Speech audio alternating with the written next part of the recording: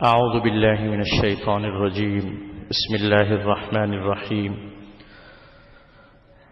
فلما جن عليه الليل رأى كوكبا قال هذا ربي فلما أفل قال لا أحب الآفلين فلما رأى القمر بازغا قال هذا ربي فلما أفل قال لئن لم يهدني ربي لأكونن من القوم الضالين فلما رأى الشمس بازغة قال هذا ربي هذا أكبر فلما أفلت قال يا قوم إني بريء مما تشركون.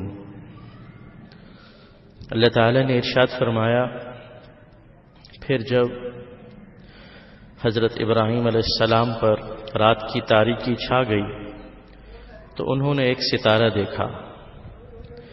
فرمانے لگے یہ ستارہ میرا رب ہے. پھر جب وہ ستارہ غروب ہو گیا تو کہنے لگے میں غائب ہو جانے والوں سے محبت نہیں رکھتا.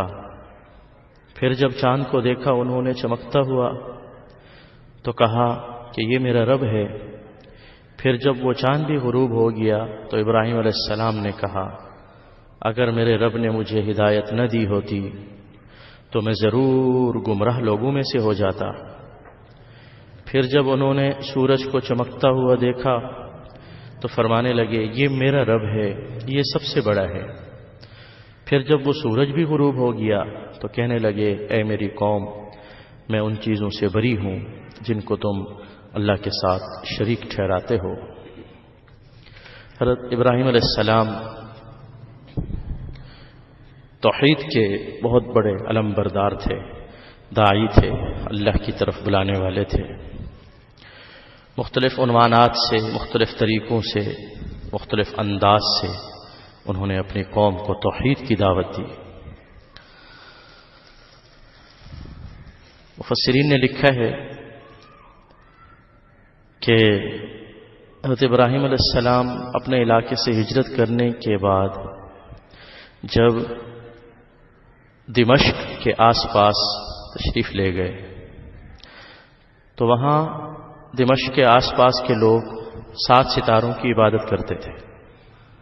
شہر دمشق کے 7 دروازے تھے، ہر دروازے پر ایک ستارے کی تصویر لگا رکھی تھی لوگوں نے، اور پھر ان کی عبادت کیا کرتے تھے، میلے لگاتے تھے، نذرانے چڑھاتے تھے، مختلف عبادتیں کرتے تھے.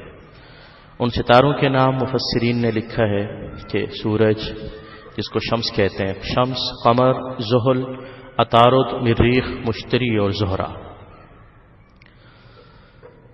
حضرت ابراہیم علیہ السلام ان لوگوں کے پاس موجود تھے جو ستاروں کی عبادت کیا کرتے تھے. تو حضرت ابراہیم علیہ السلام نے ایک ستارہ دیکھا جو بہت ہی چمکدار تھا، روشن تھا.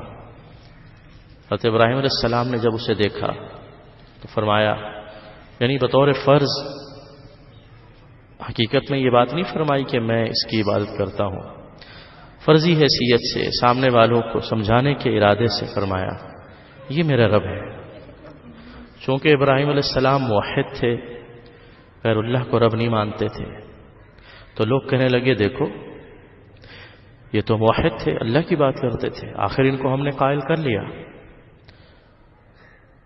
خوش ہو گئے، ابراہیم علیہ السلام کو اچھا سمجھنے لگے. تھوڑی دیر بعد ستارہ چھپ گیا تو ابراہیم علیہ السلام نے فرمایا کہ نہیں، میں چھپ جانے والوں کو، غروب ہونے والوں کو پسند نہیں کرتا، میں اس کی عبادت کیسے کروں. پھر تھوڑی دیر بعد چاند نظر آیا، وہ ستارے سے بڑا تھا، روشن بھی زیادہ تھا. پھر وہی بات فرمائی یہ میرا رب ہے. پھر جب چاند بھی غروب ہو گیا تو پھر فرمانے لگے اگر میرے رب نے مجھے ہدایت نہ دی ہوتی تو میں گمراہ لوگوں میں شامل ہو جاتا، میں بھی ان کی عبادت کرتا جیسے یہ لوگ عبادت کرتے ہیں. اس کے بعد پھر انہوں نے سورج کو دیکھا جو سب سے زیادہ چمکدار تھا، روشن تھا. اس سے زیادہ کوئی اور روشن ستارہ ہے ہی نہیں فلک کے اوپر، آسمانوں پر. تو فرمانے لگے یہ میرا رب ہے، یہ سب سے بڑا ہے. لیکن پھر جب سورج بھی غروب ہو گیا تو پھر بہت قوت اور طاقت کے ساتھ دلیل کے زور پر فرمایا اے میری قوم، جن چیزوں کو تم اللہ کے ساتھ شریک ٹھہراتے ہو میں ان سے بیزار اور بری ہوں. میرا ان چیزوں سے کوئی واسطہ نہیں ہے، کوئی تعلق نہیں ہے۔ اللہ وحدہ لا شریک جو ہر وقت موجود ہے، اللہ وحدہ لا شریک ایسا ہے کہ غروب بھی نہیں ہوتا، چھپتا بھی نہیں، وہ ایسا ہے کہ کبھی اس کو فنائیت آ ہی نہیں سکتی۔ اس لیے اللہ تعالیٰ کی عبادت کی جائے، اللہ تعالیٰ کی عبادت کی جائے، اس کے علاوہ کسی اور کو اللہ کے ساتھ شریک نہ کیا جائے۔ یہ ایسی دلیل تھی ابراہیم علیہ السلام کی، یہ ایسا انداز تھا توحید کی طرف بلانے کا کہ پوری کی پوری قوم لاجواب ہو کے رہ گئی۔ ان کے پاس اس دلیل کا، اس حجت بازی کا، یا یہ جو ابراہیم علیہ السلام نے حجت پیش کی تھی، اس نے ان کو عاجز کر دیا۔ پھر سوائے اس کے کہ وہ لڑنے لگے، جھگڑنے لگے، اور کوئی دلیل ان کے پاس نہیں تھی۔